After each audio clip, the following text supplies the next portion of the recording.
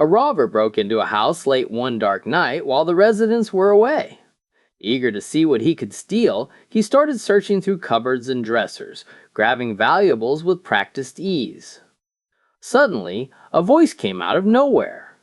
"Jesus is watching you." The criminal jumped, thinking the owners had returned, and froze in place. After a few minutes of silence, he convinced himself it was just his imagination and went back to robbing. A couple of minutes later, the voice returned again. "Jesus is watching you." Now thoroughly confused, the thief searched the house and checked the front door, but nothing seemed out of the ordinary. He moved into another room and noticed a parrot, but ignored it at first. Before he could start searching, the voice spoke again. "Jesus is watching you." The robber suddenly realized the parrot was talking. He walked up to it and asked, "Are you the one who's been talking to me?" The parrot replied, "Yes." Stunned, the thief asked another question. "What is your name, Ismail?" The man laughed and said, "What type of idiot names a parrot? Ismail." The parrot answered, "The same type of idiot that names a Rottweiler Jesus."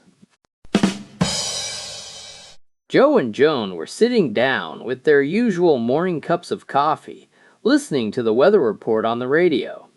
The announcer said, "There will be 3 to 5 inches of snow today, and a snow emergency has been declared.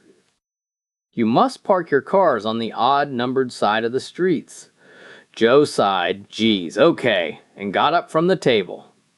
The next morning, they were once again enjoying coffee when the forecast came on. "There will be 2 to 4 inches of snow today, and a snow emergency has been declared. You must park your cars on the even-numbered side of the streets."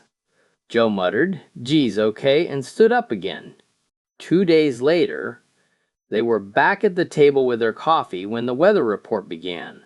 "There will be 6 to 8 inches of snow today, and a snow emergency has been declared. You must park your cars on the..." Suddenly, the power went out, and Joe never heard the rest of the instructions. He turned to Joan and said, "Geez, what am I going to do now, Joan?"